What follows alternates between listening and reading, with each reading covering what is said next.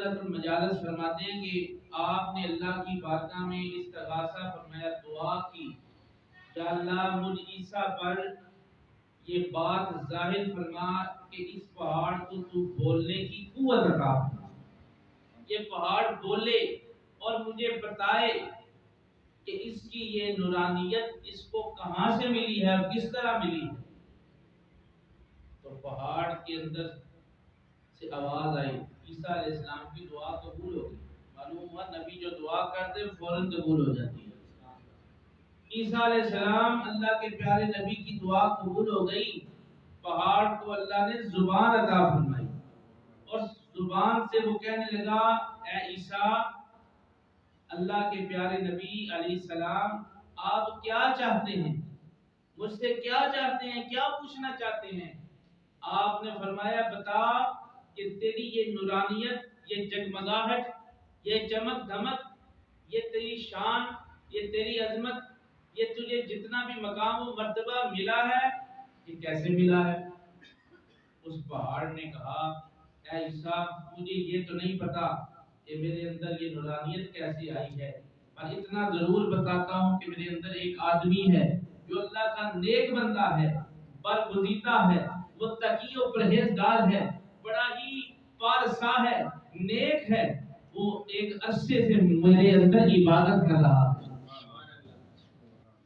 عیسیٰ میرے اندر وہ آدمی عبادت کر رہا ہے، اس لیے اس آدمی کو پتا ہوگا کہ یہ نورانیت کہاں سے آ گئی ہے۔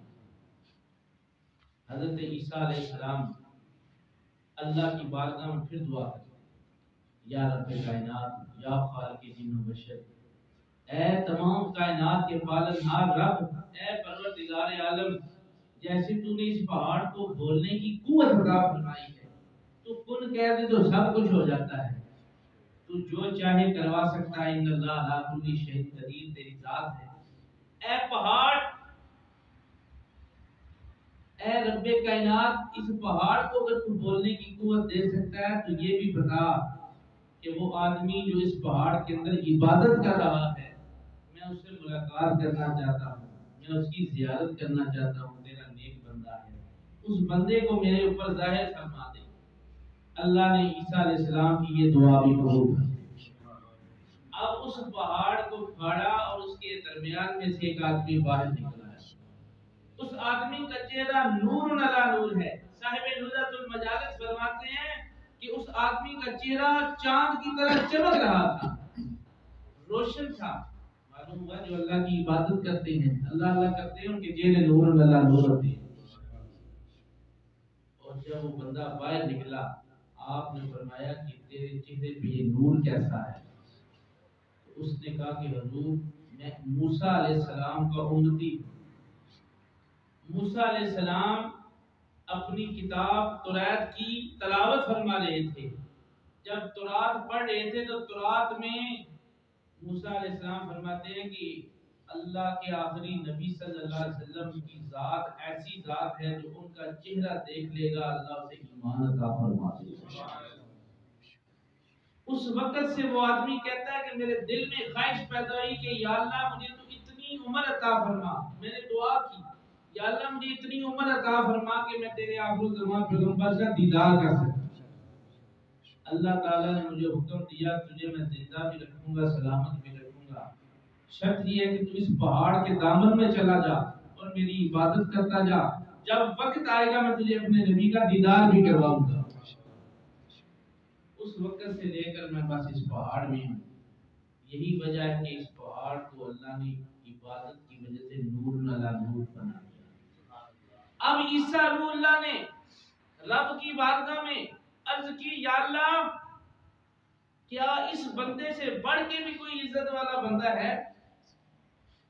جتنی عزت تو نے اس بندے کو دے رکھی ہے اپنی عبادت کی وجہ سے، یہ شب و روز تیری تسبیحات پڑھتا ہے، تیری حمد بیان کرتا ہے اور تیرے محبوب آخر الزمان پیغمبر کے دیدار کا عاشق اور مشتاق بن کے بیٹھا ہوا ہے، کیا اس بندے سے بڑھ کر بھی کسی کو عزت دے گا یا ہے کسی کی عزت؟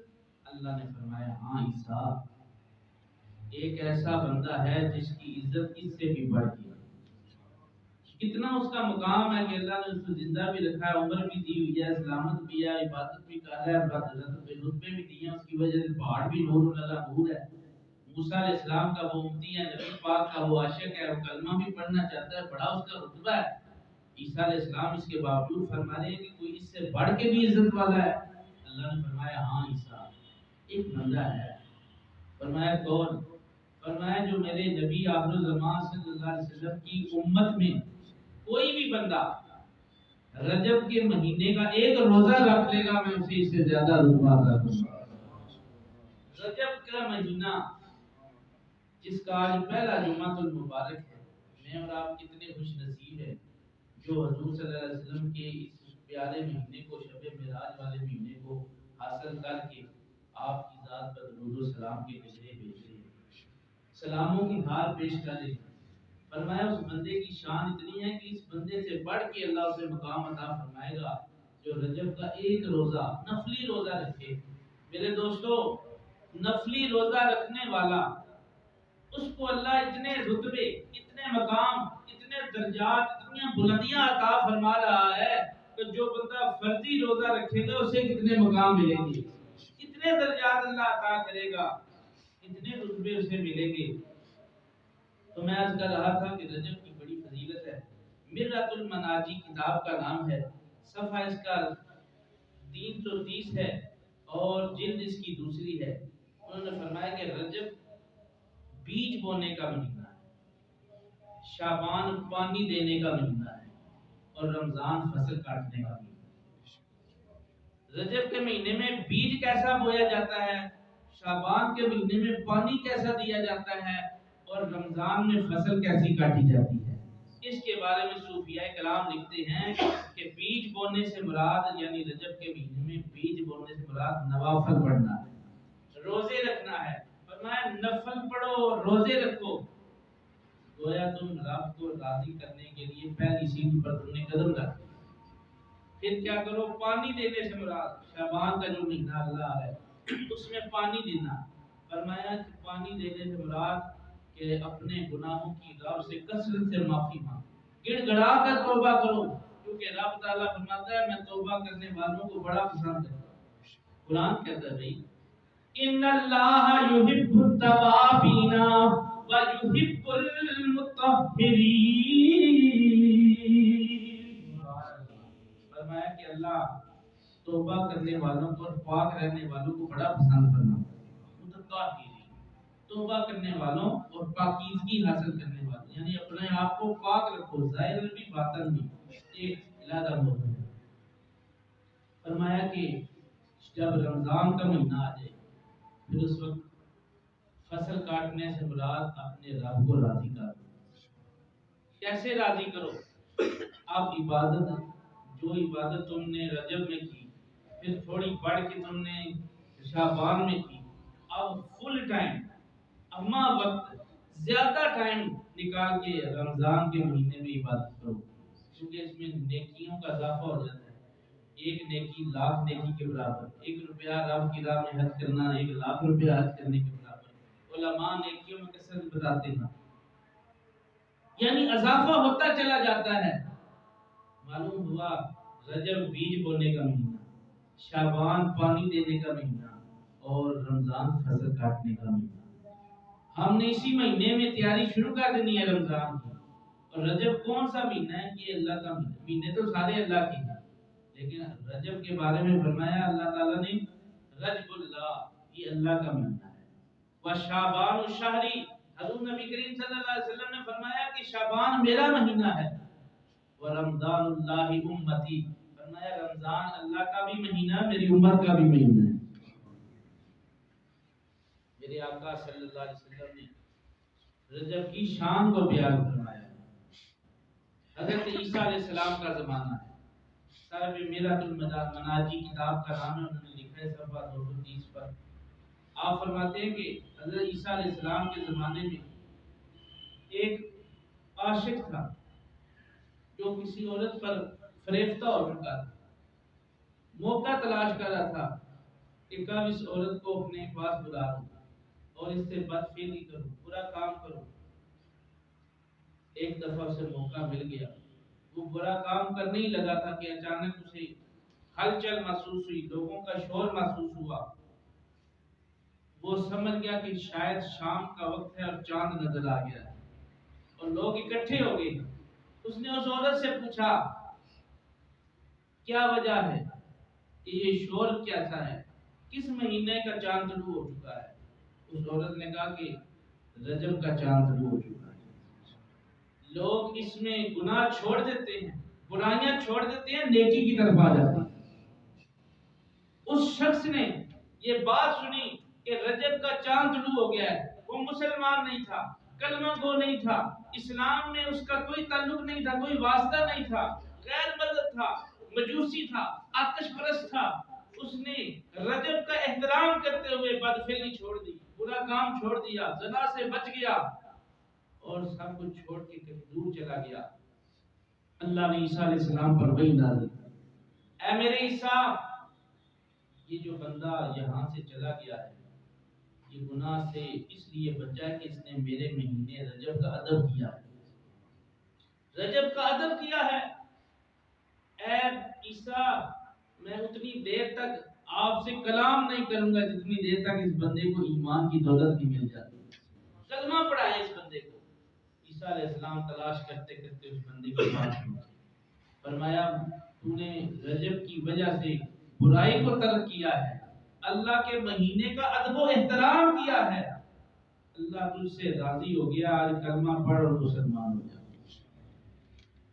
میرے دوستو، رجب کے مہینے کا احترام کرنے والا غیر مسلم بھی ہو، اللہ اسے بھی ایمان کی دولت عطا کر دیتا ہے۔ میں اور آپ تو پھر حضور کا کلمہ پڑھنے والے، میں اور آپ کیوں نہیں ادب احترام کرتے اللہ کے مہینوں؟ یہ تو حرمت والے مہینوں میں 4 مہینوں میں سے ایک مہینہ ہے رجب، محرم، ذیقعدہ، ذی الحج اور رجب المرجب۔ یہ 4 حرمت والے مہینے ہیں، ان میں جنگ و جدال نہیں ہوتا، لڑائیاں نہیں ہوتی۔ غیر مسلم بھی اپنی تلواریں چھپا لیتے تھے، خنجر چھپا لیتے تھے۔ پوچھا جائے کیوں؟ فرمایا جی کہ اللہ کے حرمت والے مہینے شروع ہو گئے، جن مہینوں میں جنگ و جدال منع ہے، قتل و غارت منع ہے، خون خرابہ منع ہے، اللہ کے وہ حرمت والے پیارے مہینے شروع ہو گئے۔ ان عدت الشہور عند اللہ حسنا عشرہ، فرمایا کہ بے شک یہی اللہ کے حرمت والے چند مہینے، اللہ کے 12 مہینے جن کا ذکر آپ نے قرآن میں فرمایا، اور فرمایا ان میں یہ مہینہ بھی شامل ہے۔ رجب ان مہینوں کے نام اللہ کی طرف سے، یہ اللہ کے مہینے ہیں، 12 اسلامی مہینے۔ ہمیں پتہ ہونا چاہیے کہ ہمارا اسلامی سال کا کون سا مہینہ ہے۔ جنوری، فروری یہ تو سب کو یاد ہے انگریزی میں، لیکن محرم، صفر، ربیع الاول یہ کسی کو یاد ہے۔ علماء بتاتے ہیں، لیکن ہم اپنے بچوں کو گھروں میں بھی یہ سبق دیا کریں۔ ماں باپ کا فرض ہے کہ وہ اپنے بچوں کو سکھائیں کہ اسلام کے جو بنیادی ارکان ہیں ان کے بعد مہینوں کے نام بھی پتہ ہونا چاہیے کہ اسلامی مہینے کون سے۔ ہمیں تو اسلامی مہینے کی تاریخ کا علم نہیں ہوتا، تاریخ بھی پوچھنی ہو تو کسی صوفی صاحب کے پاس چلے جاتے ہیں، کسی مولوی صاحب کے پاس جاتے ہیں، مولوی صاحب بتائیں کہ آج کون سی تاریخ ہے چاند۔ یہ کیا ہے ہمارا اسلام؟ کیا ہم اسلام کی کیسے مسلمان ہیں؟ آج اسلام تیرے چاہنے والے نہ رہے، تو جن کا چاند تھا افسوس وہ حالے نہ رہے۔ ہم تو مائل با کرم ہیں، کوئی سائل ہی نہیں، راہ دکھلائیں کسی کوئی راہ رہے منزل ہی نہیں۔ علامہ اقبال نے لکھا ہم تو مائل با کرم، کوئی سائل ہی نہیں، ہم تو بار بار آواز دے رہے ہیں ادھر آؤ، اللہ کا رستہ یہ حضور صلی اللہ علیہ وسلم کی سنت ہے، ہمیں پتہ ہی نہیں، ہم جاننے نہیں چاہتے۔ اللہ عمل کی توفیق عطا۔ یہ جو معراج شریف کا مہینہ ہے اسے رجب کا مہینہ بھی کہا جاتا ہے، اور رجب کا مہینہ اسے معراج کا مہینہ بھی کہا جاتا ہے۔ یہ مہینہ اتنی برکتوں والا مہینہ ہے کہ حضرت انس بن مالک رضی اللہ تعالیٰ عنہ فرماتے ہیں کہ جو بندہ رجب کی پہلی چاند کو طلوع ہوتے ہی نیت کرے کہ میں سحری کے وقت روزہ رکھوں گا اور میں اللہ 1 سال کے گناہ معاف فرما دوں، صغیرہ گناہ معاف فرما دوں۔ ایک روایت میں حضرت انس بن مالک کی رضی اللہ تعالیٰ روایت کرتے ہیں، فرمایا کہ جو بندہ رجب کا 1 روزہ رکھے اللہ تعالیٰ اس کے 2 سال کی گناہ معاف فرما دیتا ہے۔ اور کئی بے شمار روایات رجب کے مہینے کے نوافل کے بارے میں۔ فرمایا جو بندہ رجب کی راتوں کو جاگ کر عبادت کرے اللہ تعالیٰ اس کے گناہ معاف فرما دے۔ یہ جو راتیں ہیں یہ بڑی عظمت والی راتیں ہیں۔ اللہ نے 5 خاص راتیں بنائی ہیں جن کا ذکر حدیث مبارکہ میں آیا ہے، اور ان راتوں میں رجب بھی ایک رات ہے رجب کی، جسے 27ویں رجب کی رات کہا جاتا ہے، شب معراج کہا جاتا ہے۔ فرمایا کہ ان راتوں کو جاگ کے عبادت کرو، اپنے گناہوں کی معافی مانگو، اللہ بڑا بے نیاز ہے، اللہ معاف کرے۔ تو میں عرض کر رہا تھا کہ اس مہینے میں اللہ تعالیٰ نے اپنے پیارے حبیب صلی اللہ علیہ وسلم کو تحفہ معراج عطا فرمایا۔ معراج کا کیا معنی ہے؟ معراج عروج سے بلندی، کیسی بلندی عطا فرمائی؟ حضور تو ویسے ہی بلند ہے، حضور کا ذکر بھی بلند ہے۔ کتنا بلند ہے؟ آؤ قرآن سے ورفعنا لک ذکرک، اے محبوب ہم نے آپ کے ذکر کو آپ کے لیے بلند کر، کتنا بلند کیا؟ فرمایا اذا ذکرت ذکرت معی، محبوب جہاں جہاں میرا ذکر ہوگا وہاں وہاں تیرا ذکر ہوگا۔ جس کا میں رب ہوں اس کا تو نبی ہے، میں ذرے ذرے کا رب ہوں تو ذرے ذرے کا نبی ہے، میں پتے پتے کا رب ہوں تو پتے پتے کا نبی ہے، میں سمندر کے قطرے قطرے کا رب ہوں تو سمندر کے قطرے قطرے کا نبی بن گیا ہے۔ جس طرح میری شان رؤوف الرحیم ہے، اے محبوب آپ کی شان رؤوف بالمومنین ہے، آپ مومنوں کے ساتھ رؤوف اور رحیم۔ جس طرح میں اپنی یکتائی میں اول آخر ظاہر باطن ہوں، آپ اپنی مصطفائی میں اول آخر ظاہر باطن ہوں۔ یہ کس کو شان ملی ہے؟ حضور صلی اللہ علیہ وسلم۔ اور اسی اتنا مرتبہ ملا کہ شب معراج کی دولت عطا فرما۔ کسی نے پوچھا یا رسول اللہ صلی اللہ علیہ وسلم کتنی دفعہ معراج ہوا؟ آپ کو اللہ نے کتنی دفعہ معراج عطا فرمایا؟ آپ نے میرے آقا صلی اللہ علیہ وسلم نے فرمایا 34 بار معراج ہوا، 34 بار معراج ہوا۔